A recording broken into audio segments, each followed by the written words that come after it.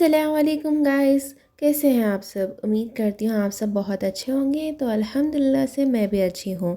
तो मैं video shoot कर रही हूँ मॉर्निंग से, यानी फ़जर की नमाज़ से। फ़जर की नमाज़ को मैं उठी थी, टाइम हो रहा था 5:30 को मैं उठ के नमाज़ पढ़ ली। नमाज़ पढ़ने के बाद कुरान पढ़ी। कुरान पढ़ने के बाद मैं कबूतरों को दाना डालने के लिए आ गई थी। आने के बाद कबूतरों को दाना डाल दी। डालने के बाद एक कबूतर आ गया, क्योंकि उसे भूख लग रही थी शायद, इसलिए वो आ गया। बाकी पूरे कबूतर आके खा लेंगे। फिर उसके बाद मैं कुरान पढ़ के सो ही गई थी। मॉर्निंग में उठी, टाइम हो रहा था 8:05। उठने के बाद मैं मेरे भाई को स्कूल भी भेज दी। स्कूल भेजने के बाद यहाँ आके देखी तो ये लोग बहुत गलीज करके थे, तो पानी डाल के पूरा धो दी, मैं साफ़ कर दी। साफ़ करने के बाद मैं यहाँ पे अपने पौधों को पानी डाल दी। पानी डालने के बाद नानी ने कहा था आटा गूँधने के लिए, तो इसलिए मैं आटा गूँध ली। गूँधने के बाद तेल लगा के भिगोने रख दी थी। भिगोने रखने के बाद उसके ऊपर ढक्कन मूछ दी। मूछने के बाद इसे अभी भीगने रख दी। भीगने के बाद ये हो गया था।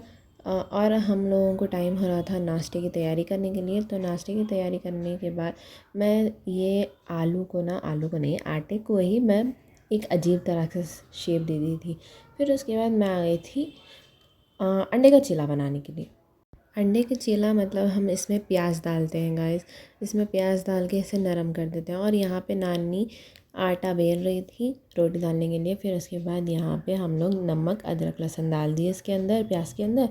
और एक रोटी तैयार हो चुकी थी। अभी यहाँ अंडे का चीला बना ही नहीं था, तो इसलिए मैं इसके अंदर डालना था अभी मिर्ची और कोतमीर। डालने के बाद एक अंडा फोड़ के डालना था और इसे अच्छे से मिक्स करना था।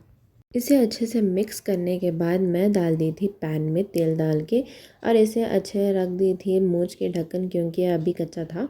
तो उसके बाद एक रोटी तैयार होने के बाद ये था मेरा फाइनल लुक गाइस।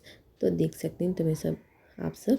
तो फिर उसके बाद मैं इसे अच्छे से बुकनी करने लगी, क्योंकि अभी थोड़ा बीच बीच में कच्चा रहता है ना, तो इसलिए इसे पूरा बुकनी करने के बाद मैं एक प्लेट में निकाल दी। फिर उसके बाद मुझे और एक ऑमलेट बनाना था मेरे भाई के लिए, क्योंकि वो रोटी के साथ ऑमलेट ही खाता है। तो इसलिए मैं उसे डालने लगी थी एक स्पेशल ऑमलेट। मैं आपको बताती हूँ वो स्पेशल ऑमलेट क्या था। तो मैं एक चम्मच तेल डाली। तेल गरम होने के लिए मैं बड़ी पत्ती पे रख दी थी, और तेल यहाँ पे अच्छा खासा गरम हो रहा था। और वहाँ पे अभी मुझे फेंटना था अंडे को। तो फेंटने के बाद रेडी हो गया था, तो मैं डाल दी थी इसमें। और बड़ी पत्ती पे जो तेल गरम हुआ था ना, तो उसके बाद लुक ना बहुत अजीब लगा अंडे का, क्योंकि पूरी तरह से जल गया था। मतलब पूरी तरह से नहीं, अच्छा खासा ही जल गया था। और मुझे डर लग रहा था कहाँ मेरा भाई मुझे गुस्सा करेगा, लेकिन वो स्कूल से आए बाद शायद भूल गया था कि आमलेट कैसा था। लेकिन मैं भी बच गई थी आज सच में। मैं फिर उसके बाद मेरे भाई को एक रोटी के साथ एक ऑमलेट और एक रोटी के साथ न्यूट्रेला यानी चॉकलेट। चॉकलेट मेरा भाई हर वक्त रोटी के साथ खाता रहता है। हर वक्त नहीं, जब भी उसका मूड रहा तो वो खाता ही रहता है।